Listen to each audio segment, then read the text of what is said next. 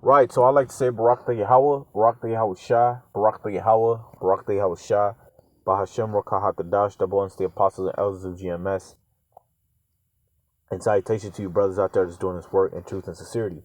So I had to end the video on the other phone because that phone's about to die. So I started on my other phone. So to get back on the book, chapter, and verse we were on, which was Romans chapter 2, verse 11, for there is no respect of persons with the Most High, right? There's no respect of persons with the Most High, right? The Lord will put judgment down upon a child, a grandma, an uncle, a cousin, a brother, a sister, just as I said in the last video, right? The Lord don't give a damn who you are. If you commit wickedness, your judgment will come, plain and simple. Now, a lot of people will say, well, children are innocent. Well, that's what you say. That's not what the Lord say. The Lord said, the scripture says, whoever perish being innocent. Whoever perish being innocent. Even a child isn't innocent. If that was true, then there's no sense that the Most High will put the child to death. You got women out here, and there's a lot of women putting their own children to death. If the child was so innocent, then why would the Lord allow that child to be in such predicament? Right? So the Lord, there's no respect to persons, man. Like you had the couple, and there was two old ass looking so-called white people in a home, and Jake broke inside their home. He told them to go in their rooms as he robbed them. That's judgment. That's judgment. And just because you're of another nation and you're not an Israelite don't mean that the Lord isn't going to judge you. The Lord judged a bunch of Hamites, Sodom and Gomorrah. The Lord judged many nations. The Lord judged the Persians, the Romans. The Lord judged many nations. So if you're found in wickedness, you will be judged. Just because the Lord doesn't have the covenant with you doesn't mean he's not going to set you nations up as examples of what Israel shouldn't do, right? So verse 12, for as many as have sinned, which sin is what? The transgression of the law, right? It says, without the law shall also perish without the law. So if you don't know the law, you're going to perish without knowing the law. Hey, Job, when you go into the book of Job, Job said you shall die not having any instruction.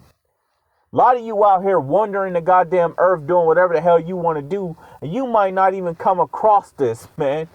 You might not even come across us giving a warning to the people, man.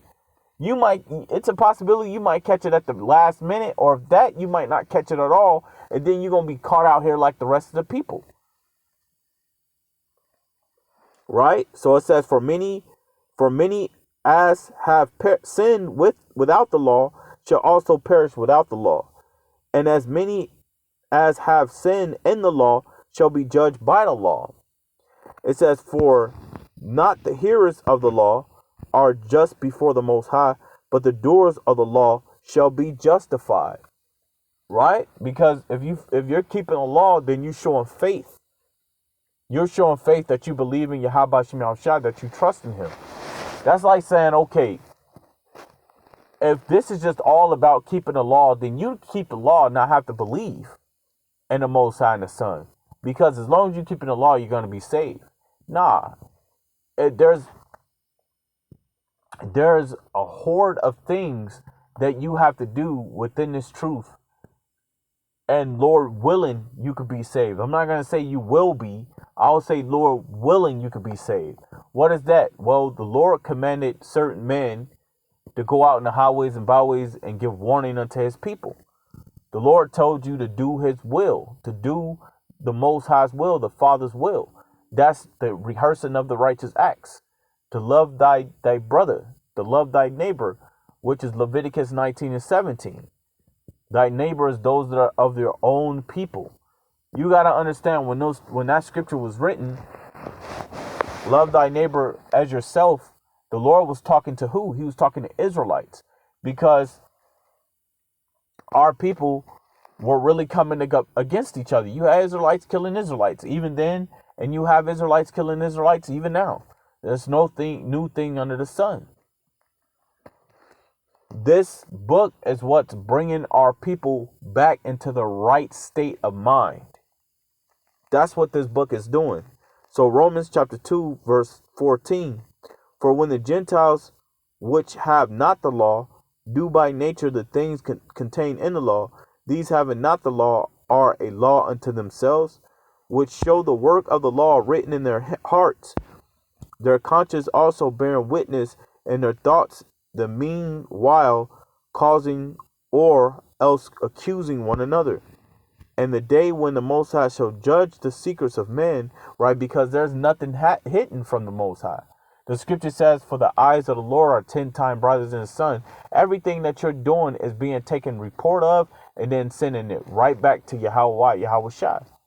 Angels are, and I said it in one of my other videos, are ascending and descending, going to and back from the earth.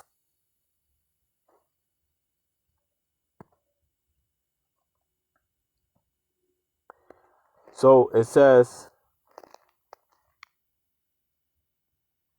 behold, verse 2 and 17.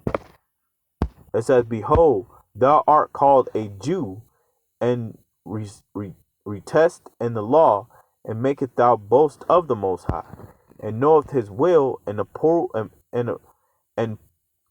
approves the things that are more excellent, being instructed out of the law, and art confident that thou thyself art a guide of the blind, a light of them which are in the darkness. And that's what the Lord has set us up as prophets to be, is to be a beacon of light. We're that light at the shore. When the boats come in, they see that light to know where to go. That's that light we are. But we didn't set ourselves up as the light. We didn't set ourselves up as the light. The Most High set us up as the light, right? But just because we do have that light, meaning wisdom, knowledge, and understanding, don't mean we're going to be prideful, right, when having it, or be puffed up when having it. Because the Lord can place judgment on you any moment with all the knowledge that you have. That means nothing to him, man.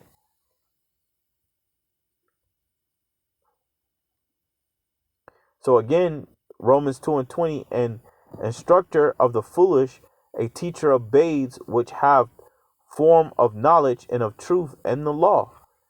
Thou therefore which teaches another, teaches thyself. See, and that's a question. When you teach one, you teach yourself, man. And that's why I said earlier that the sword is a double-edged sword. If you use that sword, you're going to also be using it on yourself. Because not only are you correcting him and Salakia, not only are you correcting the person that you using the sword on, right? When I say sword, I'm talking about the word. Not only is it going to cut him, but it could cut you too. Right? So thou therefore teachest another, teachest thou not thyself? Thou that preaches a man should not steal, does thy steal? And going back to the first verse. This is going back to the first verse. This is going back to the wicked Pharisees and Sadducees, right? Are you going to teach a man not to steal, but you're stealing? Are you going to teach a man not to commit adultery, but you're committing adultery? Are you teaching a man to keep the Sabbath, but you're not keeping the Sabbath? Right? So again, going back to the first verse, you can't be a hypocrite in this thing. You gotta walk in this thing like the scripture says, walk ye in the spirit. The spirit is the word. So the scripture says when you walk in the spirit of the word, right? That doesn't mean you just go to the book of the law, which is the 5 books of Moses, just read those and cut off everything that the Most High said Yahweh Shai say, right? Just follow that instruction. No, the whole book is one, so you got to follow the instruction. For an example, right? You have a scripture in there that tells you, I want to say it might be Matthew's the 5th chapter. I could be wrong. But the scripture says, agree with thy adversary quickly. Well, is that scripture? Is that law? Is that a law? to agree with thy adversary quickly. If we was to go through the Old Testament and go through every law in the Bible, are we gonna find agree with thy adversary quickly? No, you're not gonna find that. So by you reading, the New Testament that they call it, it's teaching you how to walk in this world when you have to deal with it until the kingdom comes. That's what it's teaching you, man. The law is there for us to be righteous in the eyes of the Most High, to get us together to, Lord willing, be beamed up. That's what the law is for. The law isn't going to save us, but it's going to show that we have faith. It's going to show that we believe, because this thing is also about works. So you have to be found in some sort of works to show that you believe that the prophecies that's in the Bible that the Lord states is going to happen and take place. A lot of people don't believe. A lot of people get in this thing for fun and show, right? For their own little personal gain, man. That's not what this truth is about. This truth is about you doing the will of Yahweh Shai. That's it, man.